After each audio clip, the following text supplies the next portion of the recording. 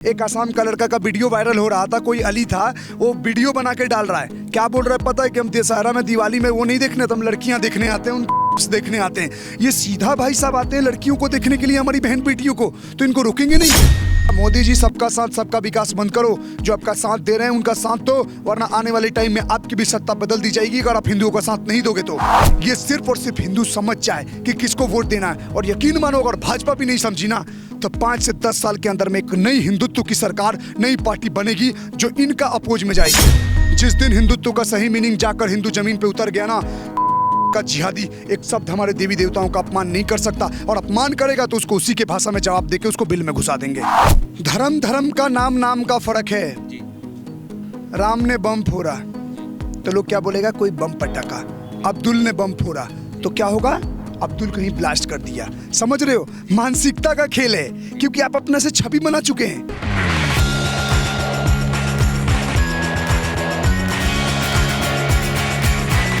नमस्कार दर्शकों, आपने देखना शुरू कर दिया है भैया जी गजब, और मैं हूं जितेश मिश्रा। बहराइच जिस तरह से धू धू होकर जल रहा है, उसके पीछे आखिर पूरा मकसद क्या था एक पीसफुल कम्युनिटी का, और क्या योगी बाबा का खौफ उत्तर प्रदेश से ख़त्म हो चुका है। इस पर खास बातचीत के लिए आज हमारे साथ मौजूद हैं डॉक्टर प्रकाश सिंह, और आज उनसे जानेंगे कि बहराइच का जो मुद्दा है वो किस तरह से देखते हैं इस मुद्दे को, और क्या योगी बाबा का खौफ उत्तर प्रदेश से ख़त्म हो चुका है या वो खौफ योगी बाबा को वापस से बनाना पड़ेगा। आज हम डॉक्टर प्रकाश सिंह से ही जानेंगे। नमस्कार सर। नमस्कार, प्रणाम सर। जिस तरह से जो बहराइच धू धू होकर जल रहा है, इस मुद्दे को आप किस तरह से देखते हैं? मैं तो भैया आतंकी हमला देखता हूँ, क्योंकि अगर अपने त्यौहार, हिंदुओं का देश, हिंदुओं का त्यौहार, मेजॉरिटी कम्युनिटी किसी क्षेत्र से अगर अपने विसर्जन के लिए यात्रा लेकर जाती है और आप पथराव करते हो और मारते हो, और उसके विरोध में कोई आदमी बोल जाता है तो आप उसको घर में घुसाकर 20 गोली मारते हो, और उसके बाद जब लाश ले जाया जाता है तो लाश के ऊपर पत्थर चलाते हो तालिबानी तरीके से। भाई ये आतंकी हमला नहीं तो क्या है? आप बोल रहे योगी जी का प्रकोप खत्म हो गया, तो सुनो, योगी जी के आंख में आंसू थी, उनके परिवार वाले आज ही मिले हैं। मैं बस एक ही बात बोलना चाहूँगा कि पूरे देश में हर बार हर साल सिर्फ हिंदुओं के ही त्योहारों पे क्यों अटैक हो रहा है? कभी तजिए के जुलूस पे तो पथराव मैंने नहीं सुना है, कभी मैंने इनके मस्जिदों पे तो नहीं सुना। ये देखो, एक तरह से ना, जैसे मैं बोलता हूँ ना, बार बार एक बात बोलता हूँ कि 2024 में जो बांग्लादेश में जो घटनाएं हुई वही भारत का भविष्य है। वहाँ पे भी कभी लोग बहुत अच्छे से भाईचारा निभा रहे थे, आज वो चुन चुन के नाम के आधार पे मिटा रहे हैं। यहाँ पे ना आप नवरात्रा मना सकते हो, ना आप दुर्गा पूजा मना सकते हो, ना आप गणेश चतुर्थी मना सकते हो, ना आप जन्माष्टमी मना सकते हो, ना छठ पूजा मना सकते हो। तो ये हो क्या रहा है? ये एक अल्टीमेटम दे रहे हैं भाई साहब, ये खुला आपको चुनौती दे रहे हैं कि अभी 2024 में तुम जब मेजोरिटी है तो ये हाल है। आने वाले टाइम में ना, जो बोलते हैं ना 2045-47 तक कि हम इसको गजवाए हिंद बनाएंगे, हम ये कर देंगे, तो भैया वो वही राह पे चल रहे हैं। आप एक बात बताओ ना, ऐसा कौन सा दिन है, आप तो पत्रकार हो, रोज रिपोर्टिंग कर रहे हो, देख रहे हो, 1वीं से लेकर और 10वीं तक ऐसा कौन सा दिन था कि कभी पंडाल पे अटैक नहीं हुआ, कोई कॉन्डोम लेकर घुस गया गरबे में, किसी लड़की को लेकर किडनैप करके इंदौर के गरबा पंडाल में घुस गए, नाम बदल के घुस रहे हो, और विसर्जन तक नहीं होने दे रहे हैं। तो आप इसको आतंकी हमला नहीं कहोगे महाराज जी? किस हिसाब से चल रहे हैं लोग? भारत में ही बहराइच के अंदर जब विसर्जन का वो टाइम था तो उत्तर प्रदेश पुलिस के द्वारा विसर्जन को रोक दिया गया और माता रानी की मूर्ति को रोड साइड पर ही खड़ा कर दिया गया। क्या हिंदू अपना त्योहार भी नहीं मना सकता इस देश में? मैं एक बात बताऊं, ये वहाँ के मैंने कुछ लॉ एंड ऑर्डर डीजीपी का भी देखा, बंदूक निकल के जा रहे हैं। ये एक बात बताओ यार, आज 2024 में क्या हिंदू होना कलंक है? आज आप बोल देते हो कि ये सेंसिटिव एरिया है, ये मुसलमानों का एरिया। ये क्या होता है सेंसिटिव एरिया यार? क्या होता है मुस्लिम एरिया? मतलब जहाँ पे मुसलमान ज़्यादा हो गए वो मुस्लिम एरिया हो गया, तो पूरे भारत में तो हिंदू ज़्यादा है, तो हिंदू राष्ट्र बोल देते हैं तो लोगों की छाती क्यों फटने लगती है? आप यकीन मानो मेरे भाई, आज अगर आप सोच रहे हो ना कि मुसलमान एरिया है, उधर से मत जाओ, ये हिंदू एरिया है, तो मतलब हिंदू का एरिया है तो सेकुलर एरिया है। वहाँ आप मारकाट मचा लो, रेप मर्डर कर लो, धर्मांतरण करवा लो, लैंड जिहाद करवा लो, लड़कियाँ छेड़ लो, क्राइम करते रहो। जो आपका एरिया है वो सेंसिटिव हो गया, वहाँ जाओगे मतलब पहले ही पता है यहाँ कुछ गलत होगा। तो भैया आज से 20 साल बाद क्या करोगे? आप तो 2 बच्चे पैदा कर रहे हो डॉक्टर इंजीनियर बनाने के लिए, बगल वाला तो 20-20, 30-30 बच्चा पैदा कर रहा है, तो क्या वो आबादी के हिसाब से अपना आपके देश का डेमोग्राफी नहीं बिगाड़ देगा? क्या एक सीरियस थ्रेट नहीं है? क्या गवर्नमेंट को इस चीज़ पे नहीं सोचना चाहिए कि हम आने वाले टाइम में क्या जन्म दे रहे हैं? आप आज बात करते हो सबका साथ सबका विकास का, बगल वाला आपका साथ तो ले रहा है लेकिन बगल वाला तो आपका विनाश कर रहा है। आप उनको खुश करने में लगे हुए और बगल वाला ये सोच रहा है कि एक बार मौका मिले योगी मोदी को ठीक कर देंगे, हिंदुओं को ठीक कर देंगे। अभी भी अनबाजी दे रहे हैं। आप बोल रहे हैं उत्तर प्रदेश हिंदुओं की सरकार, हिंदुओं को, अरे भैया जब बीजेपी और हिंदुओं की सरकार है तब ये हाल कर रहे हैं, इतना हाल कर रहे हैं। जब इनकी आ जाएगी ना तो आप माइक लेके ना ये लोगों लेके घूम नहीं पाओगे, उनके मन के हिसाब से बोलोगे तो होगा। क्योंकि कुछ टाइम पहले बांग्लादेश में कोई घोष थे, भट्टाचार्य थे, उन पत्रकार को मार दिया गया, वो हिंदुओं की आवाज़ उठा रहे थे। तो यही अंत सभी का होगा। आप यूरोप के लोगों को परेशान कर रहे हो कि यूरोप पसंद नहीं तो यूरोप छोड़ दो, हम मिसरिया लगाएंगे। मतलब अकेला भारत नहीं भाई साहब, पूरा का पूरा दुनिया परेशान है। सच बोल दो तो आप दुश्मन हो गए। बहराइच में जो घटना हुई है, क्या अपराध था? वो जो झंडा दिखाया जा रहा है कि अखिलेश यादव के पार्टी के लोग और कुछ लोग बोल रहे हैं कि आपत्तिजनक गाना, क्या इनको देखो कितने नीच लोग हैं। गाना वहाँ बीजेपी का सॉन्ग चल रहा था, उस पर बोल रहे हैं, फिर बोल रहे हैं झंडा क्यों खींच रहे हो। एक बात बताओ भाई, उसी छत से मैं आपको बता रहा हूँ पत्रकार महोदय, कुछ टाइम पहले उसी छत से पथराव हुआ था। वो भाई जाकर उसने राम मिश्रा क्या नाम था, राम गोपाल मिश्रा नाम था। वो क्या किया था, उस छत से क्या किया, जो पथराव हुआ था तो उस पर हरी झंडी थी, तो गुस्से में जाकर हरी झंडी हटाकर भगवा झंडा लगा दिया। पत्थर तो वहीं से चला। उसके बाद इन लोगों ने उसको टारगेट कर रखा था। 10 से 15 मूर्ति विसर्जन के लिए लाइन में खड़ी रखी थी। ये लोग विवाद कर रहे थे। पुलिस प्रशासन आई और पुलिस प्रशासन उल्टा लठ चलाने लगी इन्हीं के ऊपर, और उसी लठ का सहारा लेकर इसकी अब्दुल की क्या नाम था, इसके घर में खींच के इसने टान लिया और 20 गोली मार दिया, और उसके बाद तालिबानी स्टाइल में पथराव करवाया, और उसके बाद पुलिस उल्टा लठ उन लोगों पे चलाई। वो भाई सही बोला था मोदी जी, सबका साथ सबका विकास बंद करो। जो आपका साथ दे रहे हैं उनका साथ दो, वरना आने वाले टाइम में आपकी भी सत्ता बदल दी जाएगी अगर आप हिंदुओं का साथ नहीं दोगे तो। डॉक्टर साहब एक चीज़ बताइए कि जिस तरह से जय श्री राम के गाने बजते हैं, तो क्या उसे ऑफिशियली बीजेपी का गाना कह देना ये कितना जायज़ है? यही तो मूर्खता है भैया। अगर मैं जय श्री राम बोल दे रहा हूँ तो तुम क्यों सोच लेते हो बीजेपी का होगा, आरएसएस का होगा, कट्टर हिंदू होगा? तो तुम्हारा मन में है ना। कांग्रेस वालों को कोई वो मुंह बांध रखा है जय श्री राम बोलने से। समाजवादी को कोई रोक सकता है कि कृष्ण का ही नाम लो? अरे तुम तो कृष्ण के सगे होते तो जन्मभूमि का उद्धार कर लेते, सीधा बात बता रहा हूँ मैं। और जो पार्टी कृष्ण और राम में भेदभाव कर देना, वो मेरी नज़र में कभी भी घटिया अच्छी पार्टी नहीं हो सकती। घटिया और निम्न स्तर की पार्टी है। राम जी और कृष्ण जी भगवान विष्णु के अवतार, तुम उनमें भेदभाव पैदा कर रहे हो। कितनी बड़ी दोगलई है। आप बात करो जय श्री राम क्यों ना बोले भाई? जय श्री राम भारत में नहीं बोला जाएगा तो पाकिस्तान में? और आज देख लो पाकिस्तान में जो हमारे हिंदू बचे हुए हैं, माइनॉरिटी, यहाँ के जो लोग अपने आप को माइनॉरिटी बोलते हैं वो मेजोरिटी के छाती पे तांडव कर रहे हैं। और वहाँ का माइनॉरिटी एक टाइम खाने के लिए रो रहा है। जबरन वहाँ की इस्लामिक भीड़ आती है, बहन बेटियों को उठा लेती है, मार देती है, किडनैपिंग करा देती है। तो अब एक बात सोचो, बांग्लादेश में हम लोगों ने ताज़ा हाल देखा, बंगाल में क्या हो रहा है पता ही है, केरल, तो ये तो खोखला हो रहा है ना देश।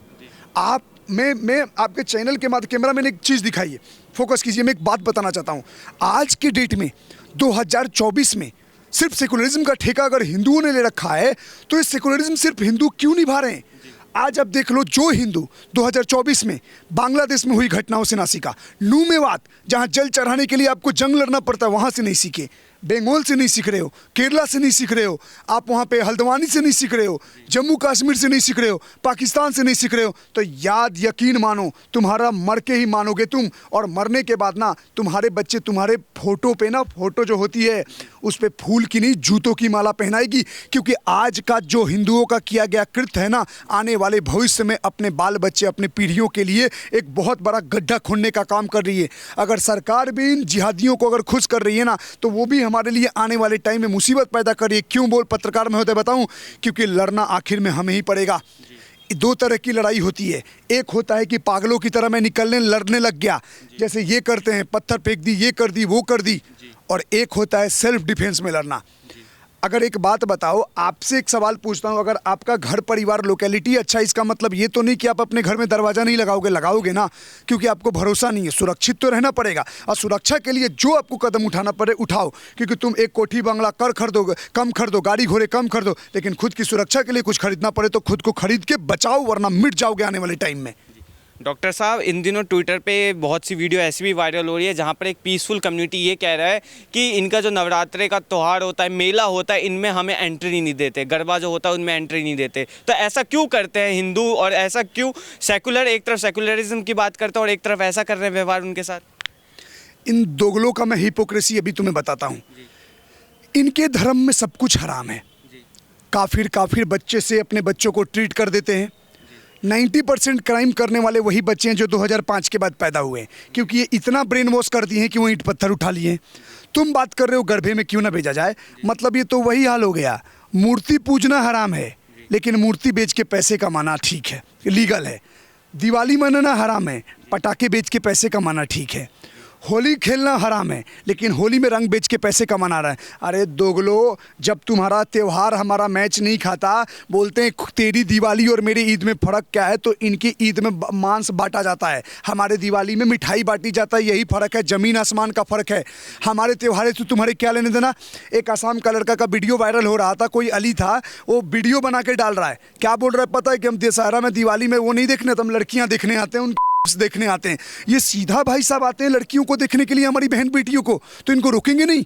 ये किडनैप करके रेप कर देते हैं, मर्डर कर देते हैं, लड़कियों को टारगेट करते हैं, फोटो वीडियो उनका वायरल करते हैं, फिर उनका पीछा करते हैं और उनके साथ दुष्कर्म करते हैं, परेशान करते हैं। तो क्या हम अपनी सुरक्षा के लिए, अपनी बहन बेटियों के लिए इनका बैन ना करवाएं? तुम्हारा क्या लेना देना भाई हमारे त्योहारों से, क्या लेना देना इन लोगों का? अपना काम करें। आप एक झंडा दिखा रहे हो कि छत पे घुसा दिया, ये मंदिर के आगे से निकल गया। कितने मंदिरों के आगे से इस्लामिक झंडा तलवार लेके गुजरते हैं। अभी आज का न्यूज़ आपको पता है ना, तेलंगाना के आंध्र प्रदेश में एक ने लात मार के माताजी का मंदिर को तोड़ दिया। अभी का रिसेंट न्यूज़ है, लात मारा है मूर्ति पे। तो एक बात बताओ, आप पत्रकार महोदय, एक तरह के लिए पत्रकारिता छोड़ो, मैं आपसे पूछता हूँ, एक किसी पैगंबर के बारे में एक शब्द कोई बोल देता है तो पूरी भीड़ आक्रामक होकर मारने चली जाती है। जैसे नरसिम्हानंद का दासना में बुरा हाल किया, इतनी की इतनी भीड़ पहुंच जा रही है काटने मारने। एक आप अल्लाह के मैसेंजर हो और एक हमारी देवी देवता जो खुद भगवान है, कोई मैसेंजर नहीं। तुम उन मूर्तियों को तोड़ देते हो, तुम लात मार देते हो। अभी साउथ में भी एक घटना आई, आप मंदिरों के आगे भगवा ध्वज फहराते हो, मंदिरों के आगे इस्लामिक ध्वज फहराते हो, तलवार से हमला करते हो। ये ज़्यादा बड़ा क्राइम हुआ कि आप ही के धर्म की कोई सच्चाई बोल दिया तो आपको बुरा लग गया। आज तो ये तो जाकिर नाइक के भी दुश्मन बने हुए हैं, वो तो कुरान की बातें बता रहा है। तो भैया तुम अपना पहले ठीक करो ना, हमें ज्ञान मत दो, हमें लेक्चर नहीं चाहिए। तुम अपना देख लो, हम अपना देख लेंगे। लेकिन अगर पैगंबर का अपमान करना बुरा है, तो हमारे देवी देवताओं का मूर्ति लात से मार के तोड़ना कितना बड़ा अपराध है भाई साहब, समझ रहे हो? ये अगर सर तन से जुदा की बात करते हैं तो फिर मूर्ति लात से तोड़ने पे कौन सी सजा होगी? करने लगे वही हिंदू।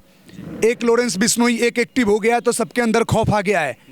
अगर 500 ऐसे लोग अपने धर्म के प्रति जागरूक हो जाएं, इसका मतलब तो यही ये सिद्ध करना चाहते हैं ना कि जिस भाषा में हम हिंदुओं को जवाब दे रहे हैं, हिंदू भी उसी भाषा में जवाब देने लगे, तो यकीन मानो भाई ये दिन आएगा।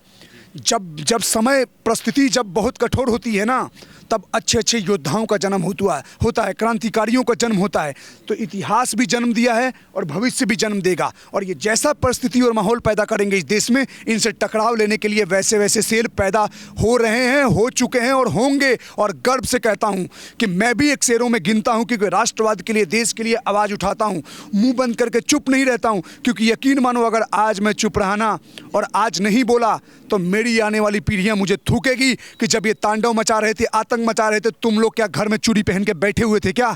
तुम लोग क्या कर रहे थे? तो अपने आने वाली पीढ़ियों को जवाब दे पाऊँ, इसीलिए मैं गलत का विरोध कर रहा हूँ। और मुसलमान इतने सच्चे हैं ना, तो गलत दिखे तो गलत का विरोध करो ना। क्यों पक्षपात करने लगते हो, एक्सप्लेन करने लगते हो? यही नीचता के कारण हम इन्हें जलील करते हैं। डॉक्टर साहब, आपसे आखिरी सवाल मेरा एक ये होगा कि एक बॉलीवुड एक्ट्रेस है, काफ़ी फेमस हैं, जिनकी छोटी बहन आलिया भट्ट है, उनका नाम है पूजा भट्ट। पूजा भट्ट ट्विटर पे एक वीडियो डालती है जिसमें दिल्ली मेट्रो के अंदर लोग भजन कीर्तन करते हुए नजर आते हैं नवरात्रों के दौरान। अब वो ये ट्वीट करती हैं, क्या पब्लिक प्लेस में ऐसी चीज़ करना कानूनी अपराध नहीं है तो और क्या है? आप इस मामले को किस तरह देखते हैं? क्या वो पाकिस्तान में कर रहे थे, भारत में कर रहे थे? फ़र्क देखो, धर्म का नाम का फ़र्क है। राम ने बम फोड़ा तो लोग क्या बोलेगा? कोई बम पटाखा। अब्दुल ने बम फोड़ा तो क्या होगा? अब्दुल कहीं ब्लास्ट कर दिया। समझ रहे हो? मानसिकता का खेल है, क्योंकि आप अपने से छवि बना चुके हैं। जहाँ भजन होता है वहाँ लोग मंत्र मुग्ध हो जाते हैं। जहाँ ये अपना करते हैं, ये नारा नहीं निकालते हैं, गुस्ताखे नबी की एक ही सजा, सरतन से जुदा, सरतन से जुदा। और तुम्हारे यहाँ बीजेपी आएगी गाना बज रहा है तो आक्रामक लग रहा है। तुम हमारे मंदिरों के बगल में ये गाना नहीं बजाते हो? अरे भैया, यही सेकुलरिज्म, ये दोगलई है जो एक पक्ष को हमेशा अच्छा दिखाने में लगे रहती है। ये पूजा भट्ट अपना बाप को किस करते हुए क्या वीडियो, अपना तो चरित्र संभाले, दूसरे को ज्ञान दे रही है क्या ये? क्या फिल्में बनाई है? पूरा खानदान का नाक कटवा चुके हैं। इसका बाप इस्लामिक संस्थाओं में जा के जाकिर नायक को प्रेज करता है, भाषणबाजी करता है। ये बताएगी? चलो जाओ ना, कहीं कीर्तन भजन करो, प्लेन में भी करोगे कोई कुछ नहीं बोलेगा। तुम जाओ बगल वाले शांति दूतों के धर्म का कोई मंत्र पढ़ के दिखा लो ना, प्लेन से उतार दिया ना, क्योंकि तुमने वैसी छवि बना रखी है कि तुम्हें नेगेटिव वे में लिया जाता है, क्योंकि पूरी दुनिया तुमसे परेशान है। नहीं तो तुम अच्छा करो, तुम्हारी तारीफ होगी। तुम्हारे लोग गलत भी करते हैं तो तुम उनका पक्ष लेके उनकी तारीफ करने लगते हो। और हम चाहे हिंदू 10 में से अगर देख लें एक गलत हो जाए तो 6 उसका बहिष्कार कर देते हैं। तो ये हमें है, हमें विरोध की भावना है, तुम सपोर्ट करते हो। यहाँ के कन्वर्टेड सऊदी अरेबिया को ज्ञान देने लगते हैं इस्लाम कैसे पालन करना है। कल तक जो जाकिर नायक महान था, इनके लिए आज उसके लिए सरतन से जुदा निकाल रहे हैं, क्योंकि उन्हीं के कुरान की बातें वो बता रहा है। तो भैया तुम किसके सगे हो? कन्वर्टेड ज्ञान दे रहा है। रियल इस्लामिक देशों के उनको कैसे पालन करना है? भैया 2-3 जनरेशन पहले सही से लड़ जाते ना अपने धर्म के लिए, तो आज सनातन होके रामकृष्ण के लिए लड़ रहे होते। तलवार के नोक पे सलवार पहने हुए ज्ञान दे रहे हैं कि हिंदू धर्म कैसे वो कर रहा है। छोड़ो, अपने लिए तो लड़े नहीं, हमें क्या घंटा ज्ञान दे रहे हो? एक ही लास्ट बात बोलूँगा, जैसा करोगे वैसा परोस के देंगे। डॉक्टर, इंजीनियर, कलेक्टर से मतलब नहीं, जान की रक्षा के लिए जो बनेगा हर हिंदू को वो चीज़ करना चाहिए। क्योंकि आज लड़ लो बेटा, आज सरकार भी बिल पास कर ले जो करना है, क्योंकि 10 साल बाद जिस रफ्तार से आबादी बढ़ा रहेंगे ना, आप सेंटर से लात मार के हटाए जाओगे और हिंदुओं का भी वही हाल होना स्टार्ट हो जाएगा जो बांग्लादेश में हो रहा है हिंदुओं का। इसीलिए अभी लड़ो, डट के सामना करो, वरना इतिहास के पन्नों से मिट जाएंगे। अच्छा, एक और सवाल आपसे मेरा होगा ये कि कांग्रेस ने ट्विटर पे एक वीडियो शेयर किया जिसमें हिंदू नज़र आ रहे हैं, डंडा लेके घूम रहे हैं, वो बहराइच में रोडों पे उतरे हुए हैं। तो ऐसे में कांग्रेस ने ट्वीट ये किया है कि ये बीजेपी के द्वारा पोषित गुंडे हैं जो कि ये आक्रामकता दिखा रहे हैं बहराइच के अंदर, और धार्मिक हिंसा इनके द्वारा फैलाई जा रही है। क्यों भाई? गलत है। तुम मुझे चाटा मार दो, ठीक है, और चाटा के बदले घुमा के मैंने तुम्हें 2 चाटा मार दिया, या तुम्हें चाटा मारने के लिए तुम्हारे घर के रास्ते में जाने लगा तो तुम्हें बुरा लग गया, या तुम्हें चाटा मरवाने के लिए मैं किसी से डिमांड करने लगा सरकार से कि हम नहीं मार सकते, सरकार इसे चाटा मारे, तो गलत हो गया, गुंडा हो गया। मतलब तुम गोली मार दिए वो ठीक है, वो मोहम्मद जुबैर और शोएब जमाई वीडियो फोटो डाल के हिंदुओं को टारगेट किलिंग करवाते हैं। सबसे बड़े देश के दुश्मन ये 2 हैं, मोहम्मद जुबैर और शोएब जमाई। पता नहीं क्या समझते हैं, फ्री के बेरोजगार इनकी जनता इनके सपोर्ट में रिट्वीट करती रहती है, इनके भीख मांगते रहते हैं फंड के नाम पे, हिंदुओं को टारगेट किलिंग कराते हैं। और इन से हमें कोई भय नहीं है, वो तो सरकार इनको टाइट करे, हम तो लड़ते हैं, ग्राउंड पे लड़ते रहेंगे। इनके ऊपर प्रशासन क्यों नहीं कार्रवाई करता है? हर जगह जा के दंगा भड़काने का काम ये करते हैं। तुम मतलब मार दो, गोली मार दो तो ठीक, और उस गोली मारने के विरोध में हम बैठ जाएं, धरना प्रदर्शन कर दे कि सरकार उसको सजा दे दे, तो हम गलत? वाह जी वाह, इस पे तो ताली बजना चाहिए। मतलब तुम करो और हम अपने हक के लिए लड़े ना। कांग्रेस जो दोगली पार्टी है ना, ये सिर्फ और सिर्फ हिंदू समझ जाए कि किसको वोट देना है। और यकीन मानो अगर भाजपा भी नहीं समझी ना, तो 5 से 10 साल के अंदर में एक नई हिंदुत्व की सरकार, नई पार्टी बनेगी जो इनका अपोज में जाएगी।